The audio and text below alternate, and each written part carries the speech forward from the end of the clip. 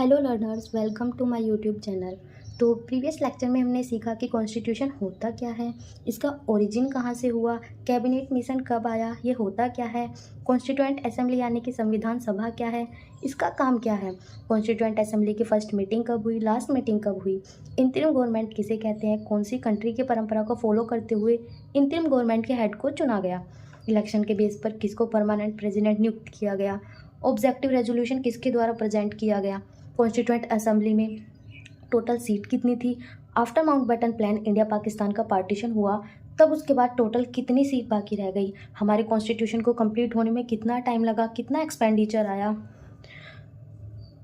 Indian constitution को हिंदी में किसने लिखा, इंग्लिश में किसने लिखा, कब कॉन्स्टिट्यूशन को एडॉप्ट किया गया और कब लागू किया गया। तो ये सब हम प्रीवियस लेक्चर में पढ़ चुके हैं।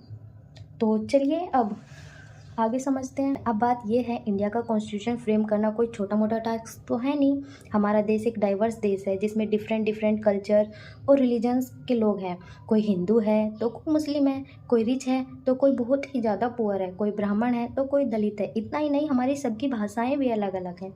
कोई पंजाबी बोलता है तो कोई मलयालम, और तो और हम जो फेस्टिवल मनाते हैं वो भी अलग है। कोई ईद मनाता है तो कोई होली। होली कब है? कब है होली? कब? तो अब कॉन्स्टिट्यूशन मेकर्स जो थे वो वरीड थे कि ऐसा कॉन्स्टिट्यूशन कैसे बनाया जाए जो सभी इंडियंस की नीड को सेटिस्फाई कर सके। और हमें पता है कि कॉन्स्टिट्यूएंट असेंबली में टोटल मेंबर्स कितने थे, 211 मेंबर थे।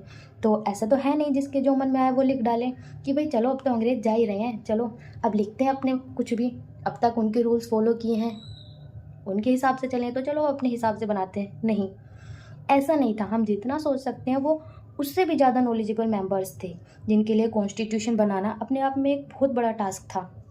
देन कॉन्स्टिट्यूशन असेंबली ने डिसाइड किया कि कॉन्स्टिट्यूशन बनाने के कार्य को अलग अलग कमेटीज़ में बांटा जाएगा। इसके लिए 8 मेजर कमेटीज़ और 13 माइनर कमेटीज़ बनाई गई। ये हैं वो 8 मेजर कमेटीज़ और उनके चेयरमैन्स।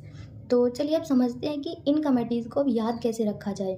तो जैसे मैंने याद किया हुआ है, तो मैंने ऐसे याद किया हुआ, जहाँ पे भी देखो यूनियन और स्टेट कमेटी के चेयरमैन की बात की जाए तो वो कौन होंगे, पंडित जवाहरलाल नेहरू जी। ठीक है, अब समझते हैं कि रूल्स ऑफ प्रोसीजर कमेटी, जहाँ पे भी रूल्स यानी रूल कौन बनाता है, हमारे परमानेंट प्रेसिडेंट किसको बना दिया गया था, डॉक्टर राजेंद्र प्रसाद को। तो वही हेड हो गए थे परमानेंट हमारे, तो जो हेड होगा रूल वही तो बनाता है। और स्टीयरिंग कमेटी के हेड भी डॉक्टर राजेंद्र प्रसाद थे।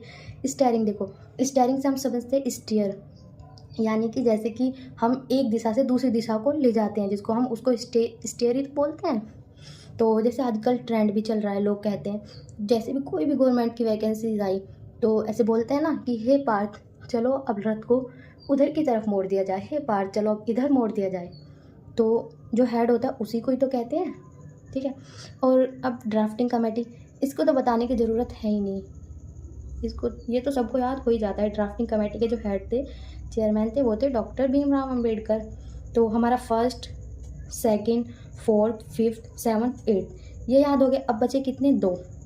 तो प्रोविंशियल कॉन्स्टिट्यूशन कमेटी के चेयरमैन सरदार पटेल और advisory committee on fundamental rights minorities and tribals and excluded areas, इनके चेयरमैन कौन थे, सरदार पटेल।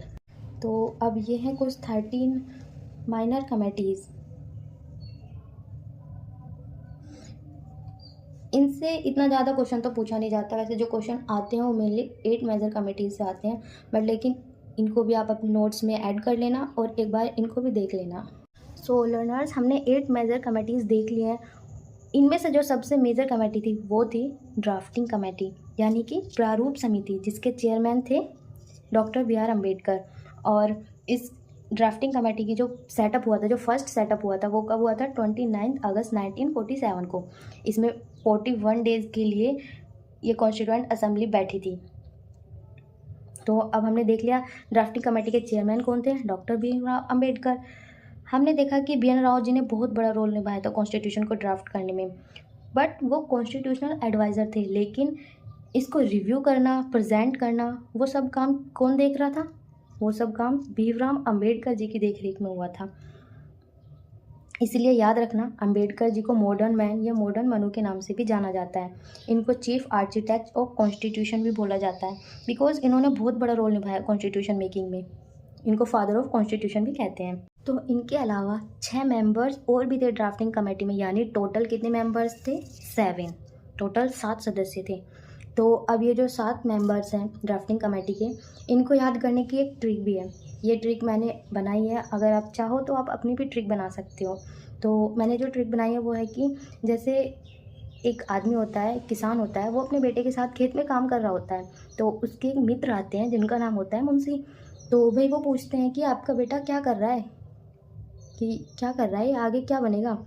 तो फिर वो कहते हैं, किसान जी जो होते हैं वो मुंशी जी से, अपने मित्र से कहते हैं कि बीए कर रहा है, कि मेरा लड़का तो बीए कर रहा है, बीए कर रहा है, ऐसा ही रह गया मुंशी मित्र, ये तो खेतों में ही, कि हमने इसको बीए कराई, हमने सोचा था कि भाई लड़का पढ़ लिख के कोई गवर्नमेंट जॉब की तैयारी करेगा, आईएएस आईपीएस बनेगा, एसएससी का एग्ज़ाम कोई क्रैक करेगा, बट लेकिन ये तो ऐसे ही रह गया खेतों में। तो लगता है हमें तो इसके लिए ऐसी ज़मीन वगैरह खरीदनी पड़ेंगी ताकि ये सब्जी वगैरह बो सके।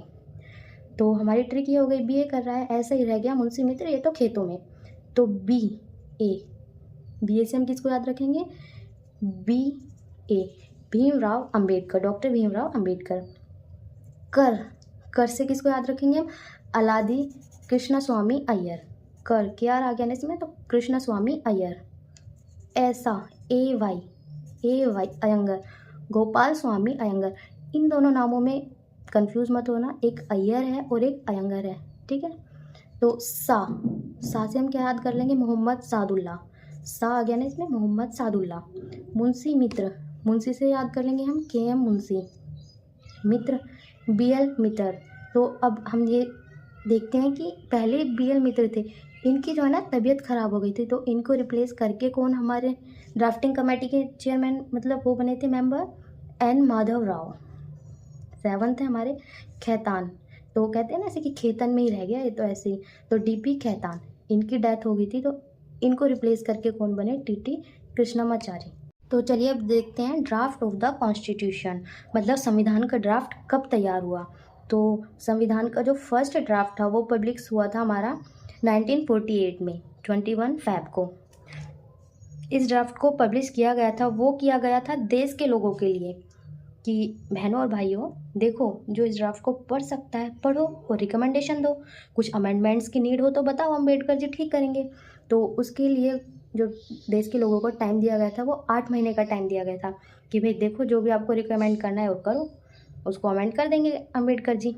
जब सभी लोगों ने बता दिया अम्बेडकर जी को, तो हमारा जो फाइनल ड्राफ्ट हुआ वो कब कंप्लीट, मतलब उन्होंने इंट्रोड्यूस कराया 4 नवंबर 1948 में।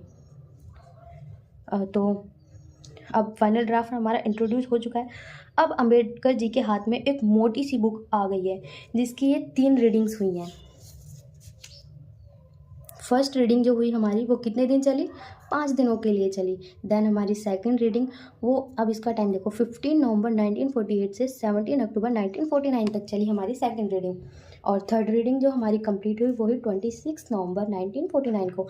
अब आप सोच रहे होंगे कि क्या हमें ये इतनी सारी डेट है ये सब याद करनी? नहीं, हमें ये 3 डेट है ये याद करने की, फर्स्ट ड्राफ्ट कब पब्लिश हुआ, फाइनल कब इंट्रोड्यूस किया अम्बेडकर जी ने, और थर्ड रीडिंग जो है वो कंप्लीट कब हुई 26 नवंबर 1949 को। और उसी दिन हमारा संविधान सभी ने जो कॉन्स्टिट्यूएंट असेंबली के मेंबर्स थे उस पर साइन किए, और उसी दिन कॉन्स्टिट्यूशन को हमने अडॉप्ट किया 26 नवंबर 1949 को, जिस दिन हमारी फाइनल रीडिंग हुई थी।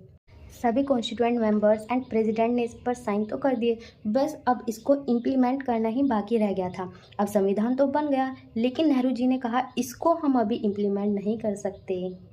तो जब सभी ने क्वेश्चन किया क्यों भाई, क्यों नहीं कर सकते इसको इम्प्लीमेंट, पहले इसको कंप्लीट होने में इतना टाइम लग चुका है। तो नेहरू जी ने कहा कि याद करो 1929 में इंडियन नेशनल कांग्रेस का लाहौर सेशन जो हुआ था, तो अब सब एक दूसरे की तरफ देखने लगे कि भाई क्या हुआ था लाहौर सेशन में। क्योंकि मैंने आपको बताया था कि जैसे प्रिंसली स्टेट थी वो पहले कॉन्स्टिट्यूएंट असेंबली में शामिल नहीं होती थी, उनके मेंबर बनने को रेडी नहीं थी, तो उनकी जो सीट थी वो अनफिल्ड रह जाती थी।